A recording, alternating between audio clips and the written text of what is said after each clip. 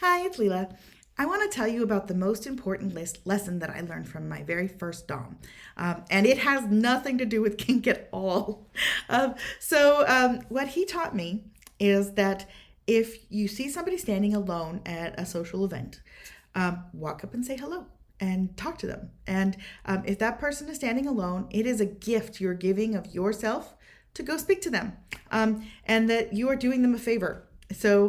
Don't feel self conscious about that because you're doing them a favor. So you should feel good about that.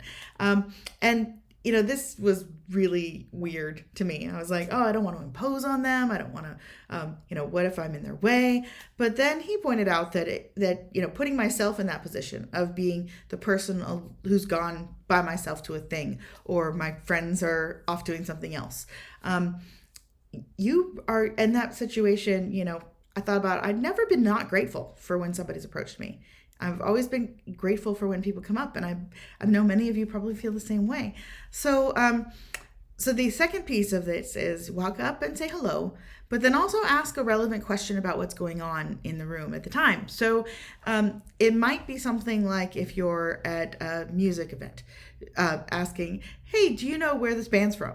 Or if you're at a kinky event, it might be something like, oh, do you know where they might have gotten those toys? Whatever it is, it can be any question.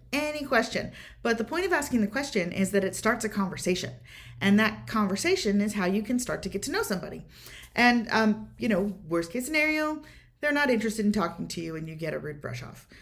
Often what happens is you have a pleasant interchange for a little while and then you don't reconnect again. But sometimes you end up having this really great little exchange and then you come back again later and have another great exchange. And the next thing you know, you've made a new friend or connection. And I've used this so many times and it just feels wonderful. That particular Dom taught me lots of beautiful things. I'll probably have a few more little videos about other lessons he's taught me. But that one was the very most important thing that I learned from him, and best practical tip in terms of how to put yourself out there in a way that feels really good.